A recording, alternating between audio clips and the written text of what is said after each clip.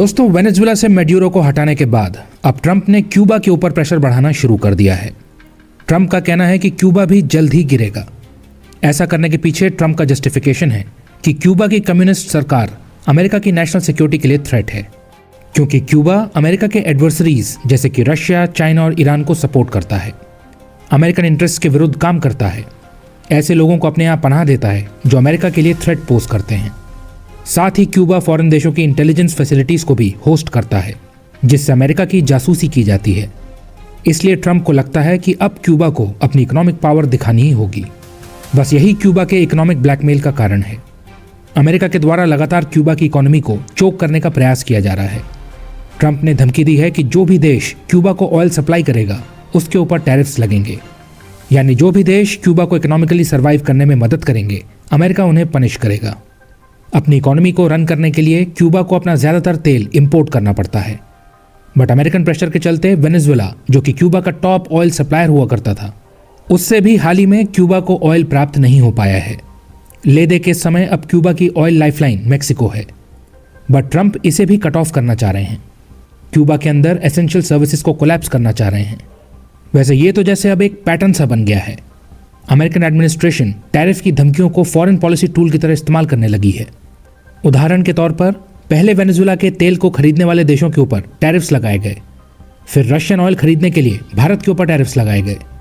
ठीक इसी प्रकार अब क्यूबा को ऑयल सप्लाई करने वाले देशों के ऊपर टैरिफ्स लगाने की धमकी दी जा रही है। ऐसा करके ट्रंप क्यूबा की सरकार के ऊपर अमेरिका के साथ डील करने का दबाव बना रहे हैं। एक तरह से देखा जाए तो ट्रंप अन्य देशों की एनर्जी चॉइसेस को कंट्रोल करने का प्रयास कर रहे हैं। ब्रॉडर सेंस में देखें तो अमेरिका ग्लोबल पॉलिटिक्स के ऊपर अपनी डोमिनेंस एसर्ट करना चाहता है। एक तरह से ये कंट्रोल करना चाहता है कि अन्य देश किन देशों के साथ व्यापार करेंगे। अमेरिका की ये power politics US versus anti US divide create करती जा रही है। न्यूट्रल देशों के लिए डिप्लोमेटिक स्पेस को रिड्यूस करती जा रही है। हर एक देश अपनी डिप्लोमेटिक स्पेस चाहता है, न्यूट्रल रहने की फ्रीडम चाहता है। अपने नेशनल इंटरेस्ट को मीट करने के लिए मल्टीपल देशों के साथ अपने रिलेशंस को बैलेंस करना चाहता है। जैसे भारत को देखिए, भारत अमेरिका, चाइना और रशिया तीनों देशों के साथ व्यापार करता है। रशिया और यूक्रेन दोनों के साथ डिप्लोमेटिकली एंगेज करता है। कट्टर दुश्मन इजराइल और ईरान दोनों के साथ संबंध रखता है। ये भारत की डिप्लोमेटिक फ्लेक्सिबिलिटी है। हर एक देश इस प्रकार की डिप्लोमेटिक स्पेस चाहता है। ट्रंप के अंडर ये स्पेस श्रिंक होती जा रही है। वैसे तो अमेरिका की ये मानसिकता रहती ही है कि यदि आप हमारे साथ नहीं हैं तो आप हमारे खिलाफ हैं, बट ट्रंप के अंडर ये मेंटालिटी बहुत ज़्यादा प्रबल होती जा रही है। अमेरिका की करंट रेजीम अपने हितों को मीट करने के लिए देशों को बाइनरी चॉइसेस लेने के लिए फोर्स कर रही है। यूएस मार्केट की एक्सेस कट ऑफ करने की धमकी दे रही है। न्यूट्रल रहने को कठिन बनाती जा रही है। देशों के ऊपर अमेरिका की फॉरेन पॉलिसी के साथ अलाइन करने का दबाव बना रही है। और ऐसा करने के लिए ट्रंप एडमिनिस्ट्रेशन अपनी इकोनॉमिक स्ट्रेंथ को लेवरेज कर रही है। अब इससे हो क्या रहा है कि जब अमेरिका के द्वारा देशों को इस प्रकार पुश किया जा रहा है तो विश्व में 3 प्रकार के ब्लॉक्स बनते जा रहे हैं। पहला है प्रो यूएस ब्लॉक।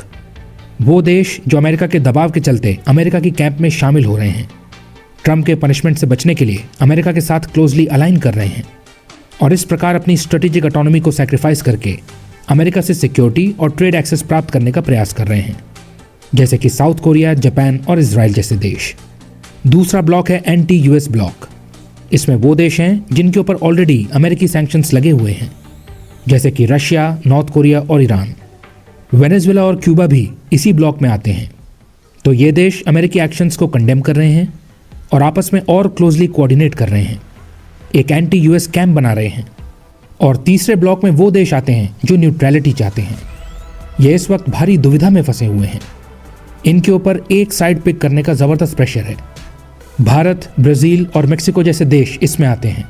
ट्रंप की पॉलिसीज़ के चलते इवन कनाडा और कुछ यूरोपियन देश भी इस ब्लॉक में शामिल होते हुए दिखाई दे रहे हैं। अमेरिका के दबाव के चलते जो रिसेंटमेंट उत्पन्न हो रहा है, उससे धीरे धीरे बीच में स्क्वीज्ड ये देश अमेरिका से दूर होते जाएंगे। अमेरिका के ऊपर अपनी रिलायंस को कम करने के लिए अपनी पार्टनरशिप्स को डाइवर्सिफाई करते जाएंगे।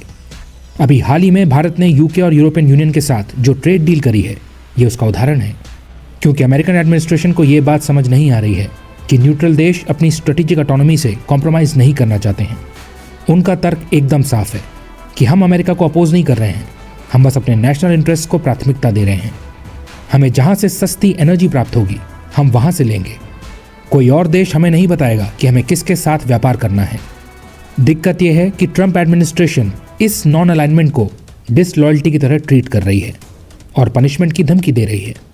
इससे देशों के अमेरिका के साथ टाइज स्ट्रेन होते जा रहे हैं। अमेरिका के प्रति देशों का मिसट्रस्ट बढ़ता जा रहा है और अमेरिका की रिलायबिलिटी के ऊपर सवाल उठने लगे हैं। इसका मैनिफेस्टेशन हमें ट्रंप के international club board of peace में दिखाई दिया। बहुत से बड़े और महत्वपूर्ण देशों ने इसे टोटली इग्नोर कर दिया और इसे ज्वाइन नहीं किया। तो अमेरिका को यह समझना होगा कि यदि वो इस प्रकार देशों की डिप्लोमेटिक स्पेस को बंद करता जाएगा तो इससे देश अमेरिका से दूर होते जाएंगे, आपस में कोऑपरेशन बढ़ाने लगेंगे, अमेरिका की फाइनेंशियल सिस्टम्स और ट्रेड रूट्स का ऑल्टरनेटिव तलाशने लगेंगे। इससे ट्रंप के जो वर्स्ट फियर्स हैं, de dollarisation, south south cooperation, parallel institutions, fall of American empire, ये सब धीरे धीरे करके सच होने लगेगा। बिकॉज आप हर बार हर एक देश को रिजिड अलायंसेस फॉर्म करने के लिए प्रेशराइज नहीं कर सकते। इस प्रकार आप एलाइज तक को डिसरिस्पेक्ट करोगे तो देर सवेर आपके खेमे में केवल कमज़ोर और चापलूस देश ही बचेंगे। सेल्फ रिस्पेक्ट रखने वाला हर एक देश आपसे दूर हो जाएगा। आशा करते हैं कि इस वीडियो में आपको अमेरिका की ब्रॉडर स्ट्रेटजी के तहत क्यूबा पर बनाए जा रहे दबाव के बारे में इंसाइट मिली होगी। आप इसके बारे में क्या सोचते हैं कमेंट सेक्शन में बताइए। इस सत्र के लिए बस इतना ही। आपके समय के लिए धन्यवाद।